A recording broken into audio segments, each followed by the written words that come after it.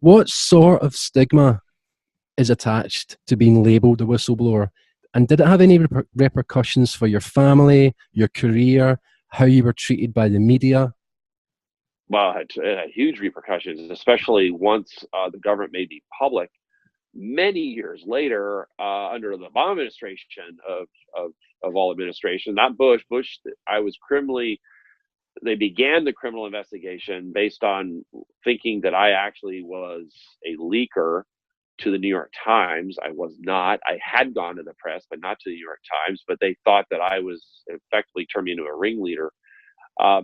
No, you're the even within the system. If I back up to my speaking up, I was exercising moral agency. I was not going to remain silent. If I remained silent, I would be complicit in a crime. I would be complicit in the wrongdoing.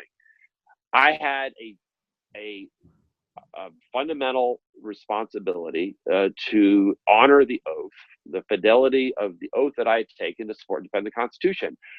What I found myself doing was defending the Constitution against my own government in secret, based on its secret violations of the Constitution, as well as other wrongdoing, massive abuse, billions of fraud, and covering up the 9/11 intelligence failures, as particularly at NSA.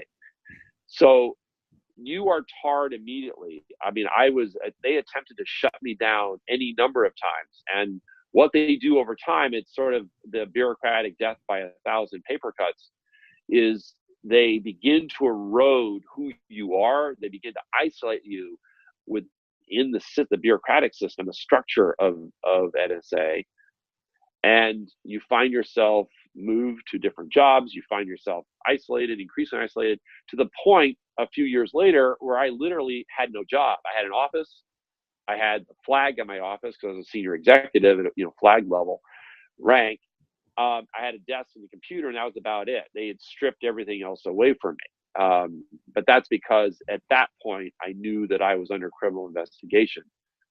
That was in the early period, late winter, early spring of 2006.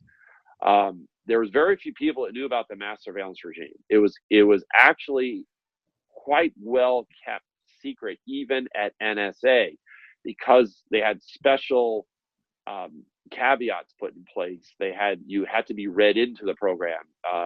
It wasn't, even though NSA is very secret, this was a whole nother secret NSA within the secret NSA. I mean, it was super secret. It was one of the highest level secrets held by the government for many, many years. And I knew by raising my voice that on this particular mass surveillance program that was approved by the president himself, literally, that it was not going to help my career. But that long arc of history, I exercised moral agency. I made a willful choice, a conscious choice, despite the risks. I well knew what the risks were, but again, I could not live with myself if I had not become a whistleblower. But by virtue of my speaking up, I became a whistleblower.